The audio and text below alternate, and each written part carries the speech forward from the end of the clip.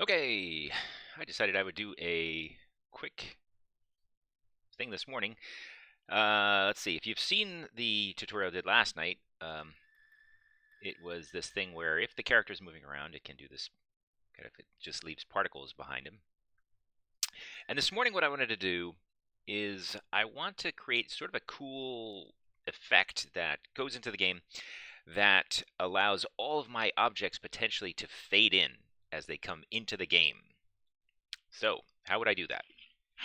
All right, I'm going to create a script in the game, and let's see, go to my scripts directory, and I'm going to say that we're going to create a C# script, and the C# script is going to be called a fader controller, or we'll just call it a fader. Okay, so this is going to be my fader. Where'd my fader go? Didn't quite show up. Let's see. Let's make sure. Fader. There's the fader. And there we go. There's our fader. So the main thing that I want this fader to be able to do is I want it to be able to fade in. So first thing I'm going to do is I'm going to assume that I'm placing this fader on a sprite. So I will say game object or something with a sprite renderer. Game object dot game object dot get component sprite renderer dot color equals color, and let's see, color would be 0000 would be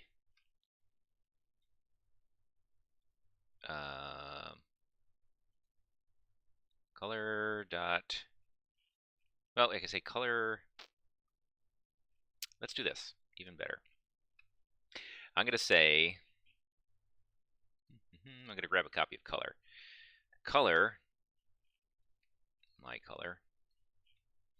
And during the startup, I'm going to say my color equals the initial color of this object, right? That makes more sense. So grab the initial color, and I'm going to say my color dot A equals 0. That's going to change the transparency or the opacity to 0. So I will do this. I will say color equals my color. Okay, so this accomplishes one thing and one thing alone. It says grabs the original color, leaves it as is, except it changes the alpha to 0, and therefore, and then it writes it back again. So anything that this is attached to during its startup routine, it will set the transparency to 0. Now the next thing I want to do is I want it to fade up from 0. Or I could do this as well. This would be kind of a cool thing to do. I would say, all right, since I'm saving that, I would say, float my alpha, and I'm going to grab my alpha equals my color dot A. Okay. So the purpose of this is first I'm going to say grab the existing color, save the existing alpha, set the alpha to 0, push the, set the alpha 0 color, or let's say use this 0 alpha color. Okay, so what this will do, if we have attached this script to anything, it will set its alpha value to 0. So let's go ahead and do that. Let's say, all right, this house here, let's select this house, And I will put this script, my fader script, onto that. Okay, that house. So watch what happens. I play the game. Boom, the house disappeared. Okay, the house is still there. It's just transparent. All right, so watch. I'll say, okay, play and pause real quick. And let's find. See, there's the building. Here it is. It just happens to have a transparency of 0 now. See, it got set to 0. All right, continue. And let's make that fader actually fade in now. So instead of calling update, we're going to use a coroutine. We're going to say I enumerator fader. And the fader is going to be simple. It's going to say for float I equals 0 to I less than 1.0, less than or equal to 1.0, I plus equals 0.01. Okay, so the normal case here, 0.01f.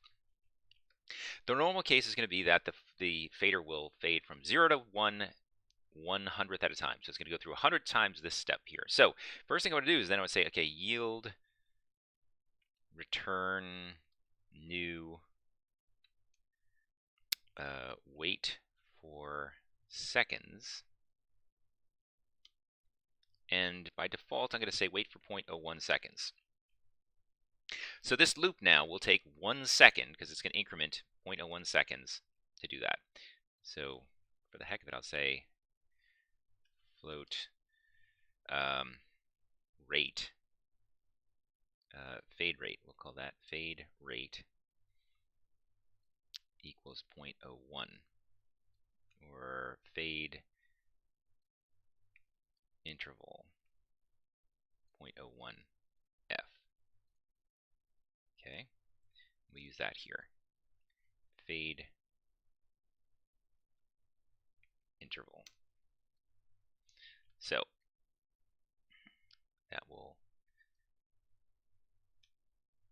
we don't need to be public, we want it to be a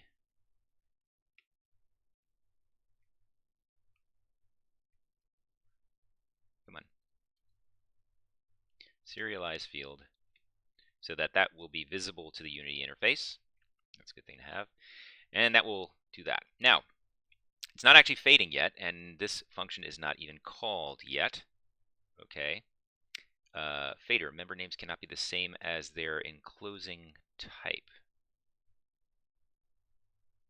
Alt enter. Let's try that. See what happens. Alt enter. Enumerator fader, private enumerator.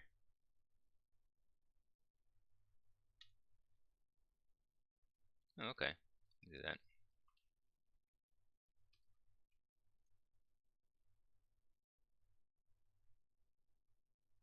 I don't think I need to do that. Anyway, okay, so that's our fader. Let's come up here. And during the start routine, we will do the following. We will say start coroutine fader. Let's do this. Let's do this. We will say that this is my fader, just in case that there's something else. And oh, I see. That's the enclosing. Psh, I forgot I named that. I had already named the function that fader, so we didn't want that to be there. Okay, start coroutine my fader. This is the my fader routine here. All right, so now this is just going to cycle through, and really what's going to happen is we want it to cycle through doing this same sort of thing, but at this interval, right? So we have my color. We already set that up here, and we want to scroll up to my alpha. Now this is one thing that gets interesting. See how I said 1 here? So this is taking the alpha from 0 to 1, right? Now let's leave that there. That's 1 second here potentially.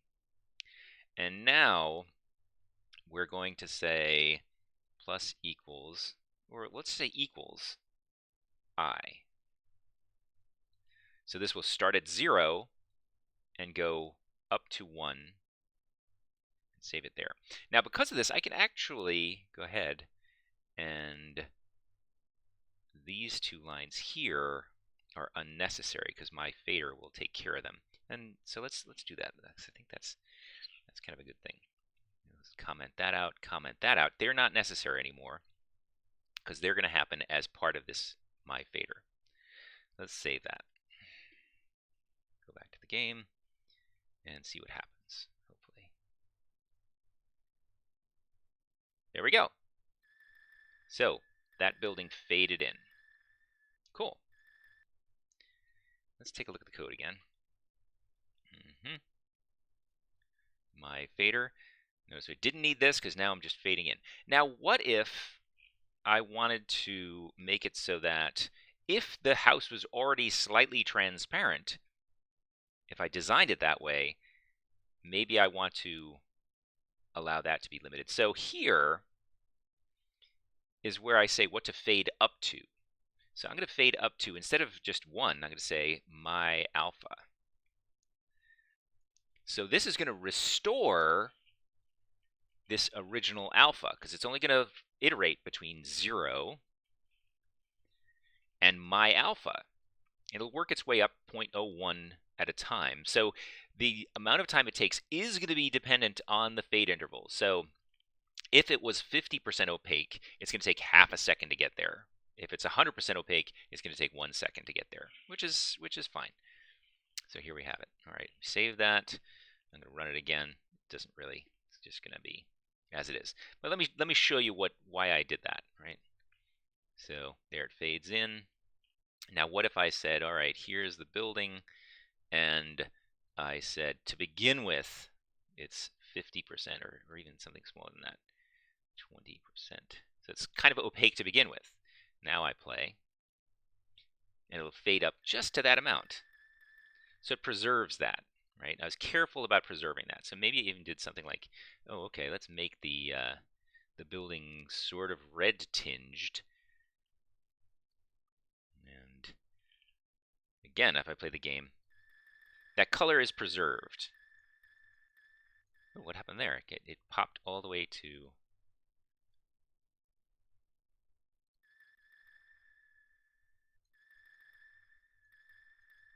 That was weird. Oh, maybe...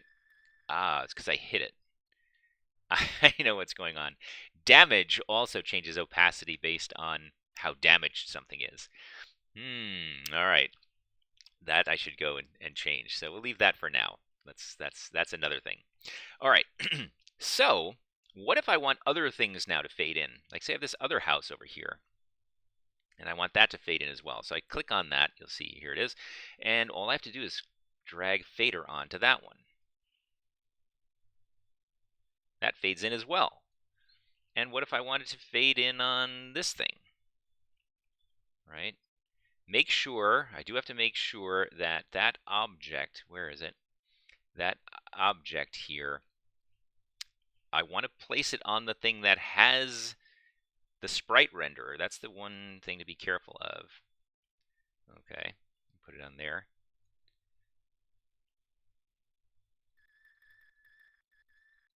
Right. So as long as it has a sprite renderer on there, I'm good to go. Now, let's see. There is a way, and you know what? I have to be honest, I don't use this often, but I'm going to, let's see, require, I think this is require component, and required component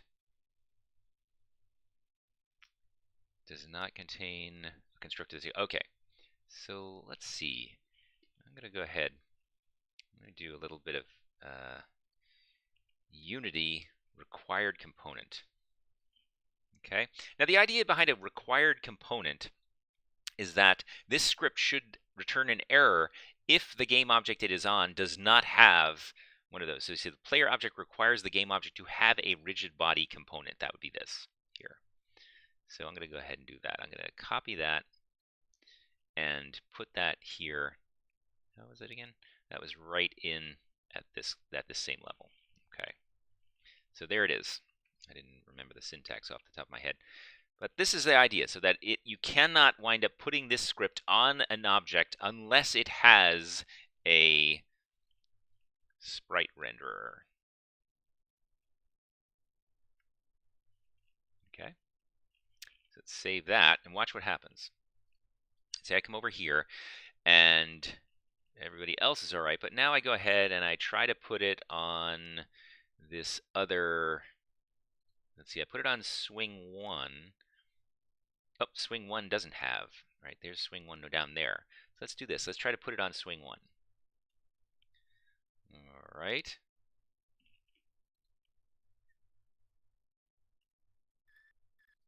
Did it work? Interesting. Swing 1. Fader script here. Require component. Let's see let's go back to that again. When you add a script which uses a required component to a game object, the required component will automatically be added to the game object. This is useful to avoid setup errors. All right. So if it didn't already have one, it will create one. So that what's happening here? Let's watch. I'm going to say, okay, done. Okay, pause. You'll see now that this swing, in fact, did get a sprite assigned to it. And if I stop, it'll go away. Swing 1 wound up with a... Oh, or it had one already. Let's see. If I get rid of that, if I remove that component, remove component. All right. See, won't let me do it. So the moment I put it in, it said, okay, I created one. All right, so it's good to go in there.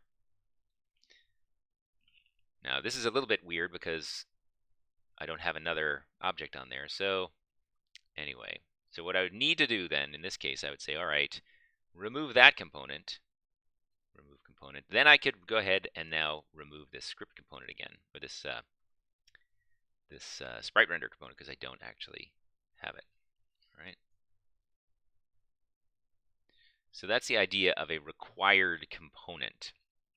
So it's just to make sure I don't accidentally mess around with a component I don't really already have.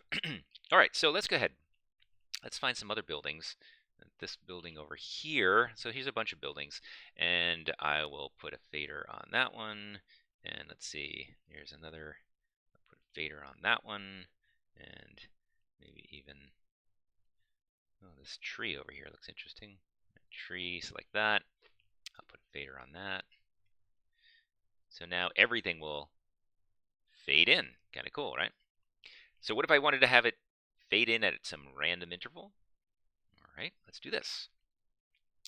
During the initialization of the fader, I will just say, okay, that this fade interval should be random. So I will say, where is it now? Fade interval equals random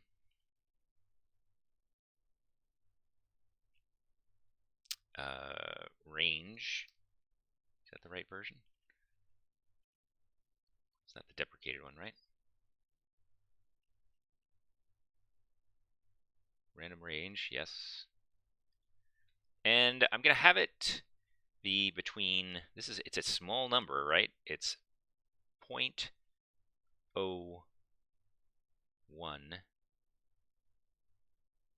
maybe 0.001 and 0.01. Can I do that? That's a tiny range.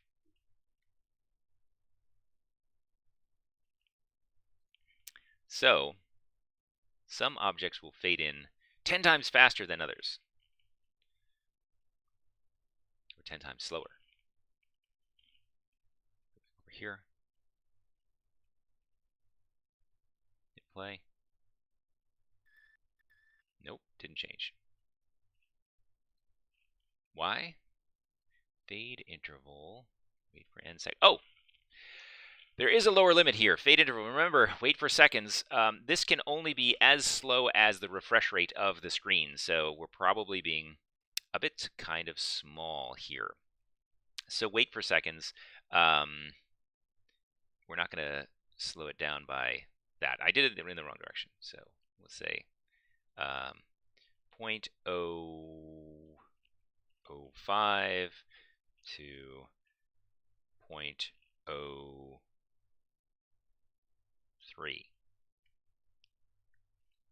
Right, so the length of time in between will slow down. So we're going to slow that down. Okay, try that again. Nope, everything's still fading in at a constant rate.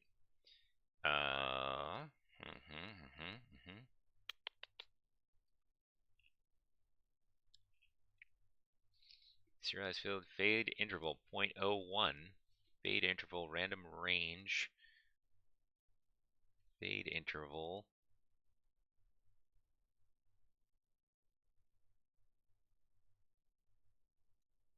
Let's go for broke here. So fade interval between 0.05 and 0.2.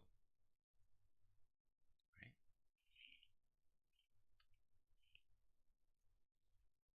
So what happens usually when something's not doing what I think it's going to do, I'll kind of go for broke.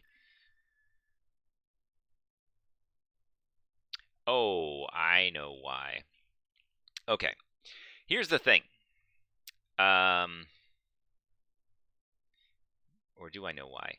I was going to say the interval here, it can never be, it has to do this 0.01 times. So it's going to come up very slowly. And see, if I was using interp here, that would be a better thing to do rather than trying to directly calculate it.